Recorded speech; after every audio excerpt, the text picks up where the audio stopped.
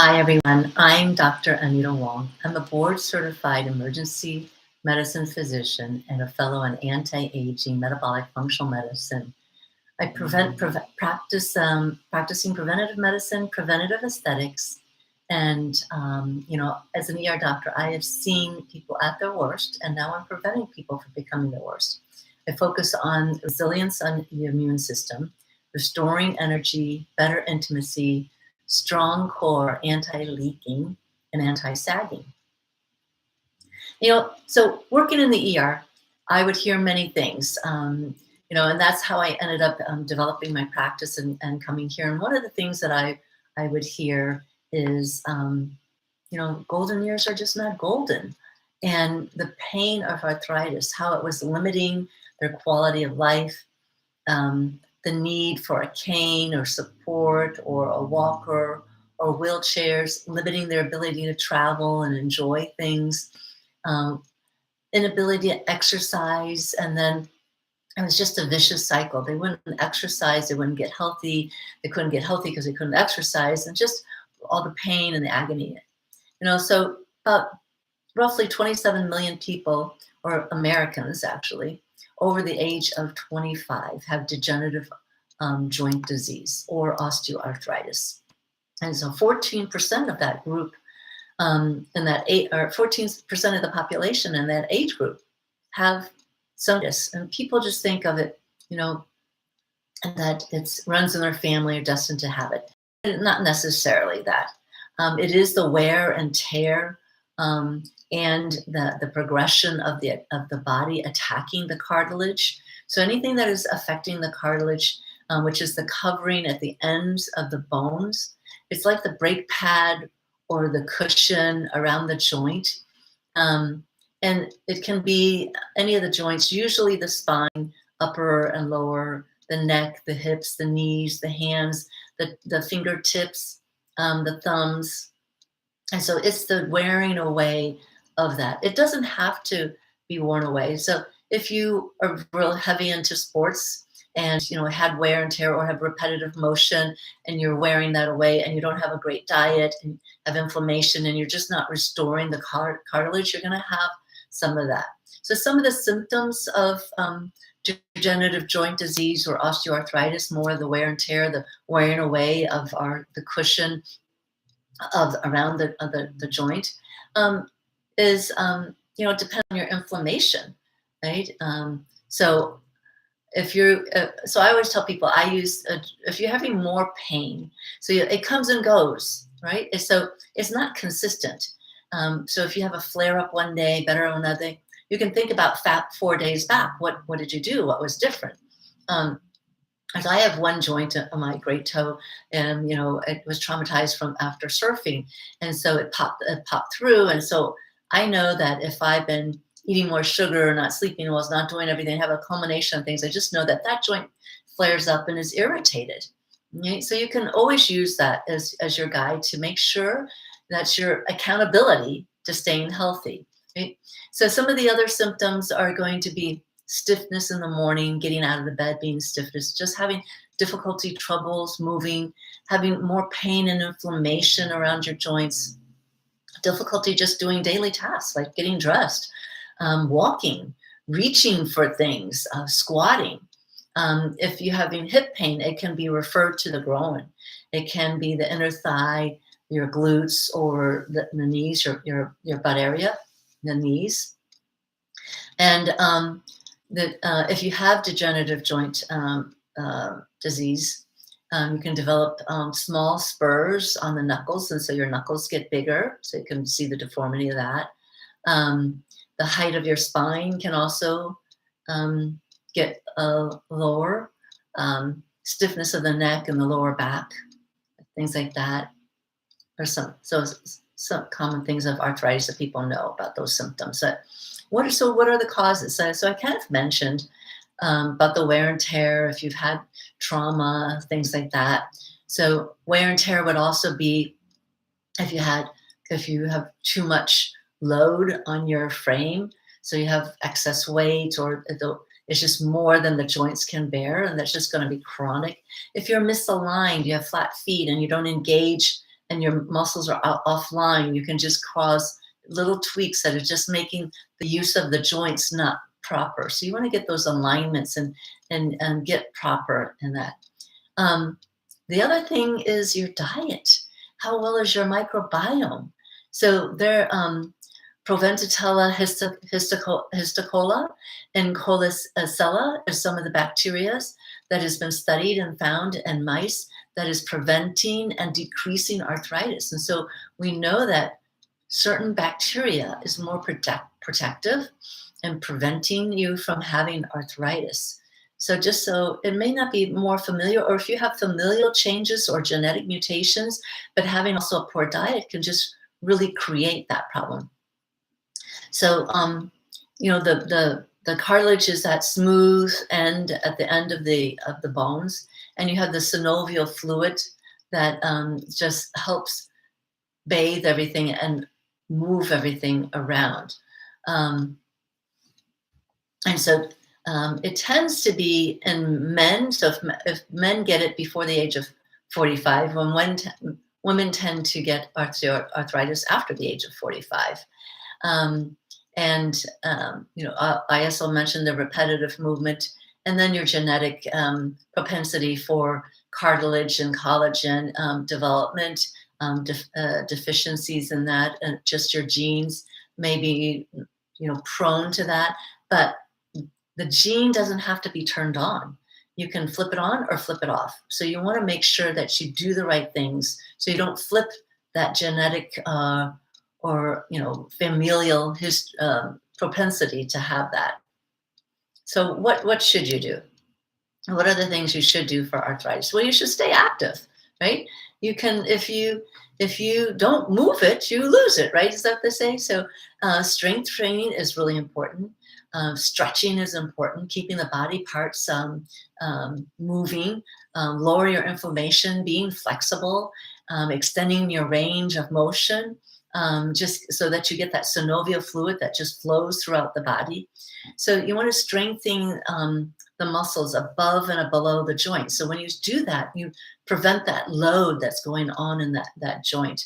So you want to make sure you have strong muscles, strong core, all the muscles strong.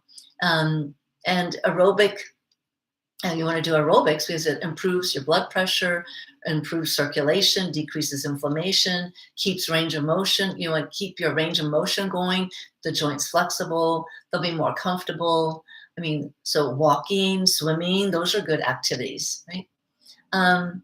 The other things that to do to help reduce your risk of arthritis or reduce your pain of arthritis is making sure you don't have a lot of inflammation. You support your cartilage with nutrient-dense foods. You want a diet that's not heavy on inflammation, and you want a diet that increases. You don't want inflammation that increases the enzymes and destroys the collagen. And you want to make sure that you're taking in enough protein and collagen and have healthy collagen. And cartilage is made up of 65 to 80% of water. So, and you have collagen, you have proteoglycans, and you have chondrocytes. So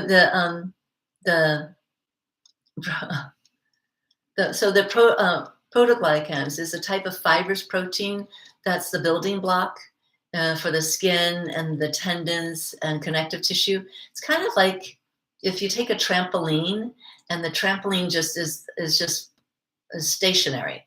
That's your collagen. But then if you start bouncing it, that's that matrix that's holding the matrix up. You could think of that. That is the proteoglycans. Those are the things that is holding things tight. And if those get tight and saggy, that trampoline starts to sag and get a little saggy. You don't want it. You want it to be pumped up and straight and flat so that it can be bouncy, because collagen needs to be flexible. You want it to be firm and tight, right? You want your skin to be upright. You don't want it to be sagging, right? And so the proteoglycans, they actually interweave in between the collagen and form that nice mesh that absorbs the shock and the vibration. And the collagen is the building blocks for the skin and the tendons and the connective tissue, so the collagen is. And the chondroitis is what helps with the intact cartilage so that it doesn't get overinflamed, doesn't get chewed up. So you want it to stay intact throughout the aging process. Taking the right minerals and vitamins and antioxidants and fatty acids all help with keeping the cartilage intact and not chewed up. So all the things that help with inflammation are fresh vegetables. So getting plenty of fresh vegetables, plenty of fresh fruits, whole fruits, not in juices, herbs and spices, teas like turmeric, ginger, basil, oregano, thyme, green tea, organic coffee, but in moderation, right? 1 to 2 cups a day. Probiotics, I like coconut better. You don't want to use raw milk is better. You don't want pasteurized. So coconut yogurt or kombucha, kavas, kefir, cultured fermented vegetables, wild caught fish, cage-free eggs, grass-fed pasture meats. Those are all high in omega-3s. I love lamb. I know some people don't like the lamb or they thought of it, but it's really great in omega-3s. Vitamin D is good, healthy fats. The essential nutrients like zinc, selenium, B vitamins, vitamin D, all support arthritis and help you. The healthy fats like grass-fed butter, coconut oil, extra virgin olive oil, avocado oil, nuts and seeds and legumes, and bone broth. Bone broth has a lot of collagen in there, so taking collagen helps. And then the foods that you want to eliminate. So all of those things that I just listed really help you have an anti-inflammatory diet, helps with inflammation. When you lower inflammation and then you use your joints and you use them and you keep your muscles strong, you're going to limit the amount of pain that you have. And then you're going to avoid developing wear and tear, loss of your collagen. Because inflammation is what really causes the cause of the arthritis and the inflammation, and then keeping your gut microbiome healthy. So what do you want to eliminate? The foods you want to eliminate is oils like canola oil, corn oil, soybean oil. These are high in pro-inflammatory omega-6 fatty acids. So I say don't guess. We can test and we can actually look and see how well your omega fatty acids are being metabolized and you're utilizing those. You don't want the pasteurized dairy, conventional poultry, eggs, because they have hormones and antibiotics and too much omega-6. You don't want the refined carbohydrates, the processed grains, added sugars like packaged foods and snacks and breads or the condiments or canned items or that are not clean, organic, clean, that's thoughtful, that has other preservatives in it, or cereals, or trans fats and hydrogenated fats. You don't want those. And you want to have, so the other thing that you can do to help with, to preventing and decreasing your osteoarthritis is have a healthy weight. So you don't want to have all that stress on the joints, as I said. And then rest and relaxation, getting enough sleep, 7 to 9 hours helps your body recover and restore and repair the joints, and the muscles need time to repair. You don't want to have a lot of stress. You don't want to have the stress hormones. So the more inflammation, more stress, the more joint pain. So you just need to slow down, be in balance, get the parasympathetics and the sympathetics in balance, and just take a deep breath and rest. So know when to slow down, feel your body, know when you're having too much, get that tension out. How to control pain. So if you don't want to take narcotics and pain pills, which is not doing your system any good, and want to do it naturally, some of the things that are really great is acupuncture, or a deep therapeutic massage, or craniosacral. I offer that in the office here, and it is fantastic. Someone just had one here, and just she was left the office saying, I feel like I'm floating, right? So you want to reduce the stress, so that will help. Reflexology stimulates the nervous system to help the body handle stress and fatigue, um, pain and emotional problems. Infrared sauna, um, using heat and cold to decrease inflammation and improve circulation to the joints and the muscles, lowering swelling, releasing toxins. So infrared sauna really helps release the toxins. When you release the toxins, you decrease inflammation and have repair of the joints, help the collagen to restore itself, right? So those are the four, basically what I've just said is what I've been saying is the 4 pillars of health. And the 4 pillars of health is food. Make sure you have the right food, clean food, the proper food, whole foods. You don't want processed. Mood. You have to be in a good mood, find laughter and joy throughout the day. You have to move. You got to use the body. And relaxation. You have to be able to have a deep sleep, have to be able to sleep and restore the body, and so that it can heal. I mean, I as a physician don't actually do anything to heal you. It's your body. I give things to it, to the tools it needs and cofactors to help it, and we test it and to find out, what is it that your cells need? What do they need in order to repair? And so you have to relax and sleep and get that restorative restoration, right? So if you want to reverse your damage or stop the progression or prevent the development of osteoarthritis, one thing is to check your gut. How healthy is your gut? So if you're curious, you can go to my website and go to the and do the wellness questionnaire. It's just a short form of what I do in the office, and get that and see how healthy are you. And then if you're not sure, and if you are healthy or you're not sure or you aren't, and let's just test your gut. So we'd have to test it. So I always say test, don't guess. What is your root issue? Maybe you have certain bacteria. If your bacteria is off and not balanced, and we need to get that back in balance or remove whatever is bothering it. So those are the things. So arthritis is not a the norm of aging. It's not to be expected, and it's not. So your golden years should be golden, but we have to take care of our body, treat it as a temple, so that in our golden years, that you can enjoy them and really do what you want and without pain. So my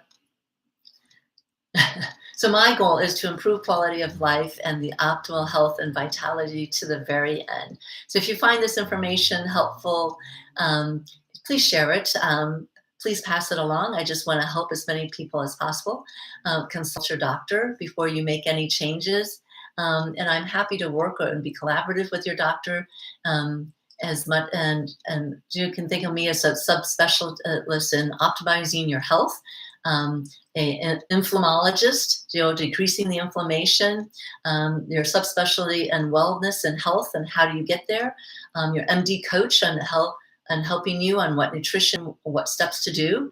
And if you want to reach out to me, you can always reach me by my website, which is ANITAWANGMD.com, or call me at 949-734-0580. Leave a detailed message, and you can always schedule a complimentary discovery call with me on the website. And till next time, well, I hope you find this information helpful. Let me know what you want to, what you are interested in. I'll try to get those, do something on that for you, and be safe and be well. Till next time, have a great day.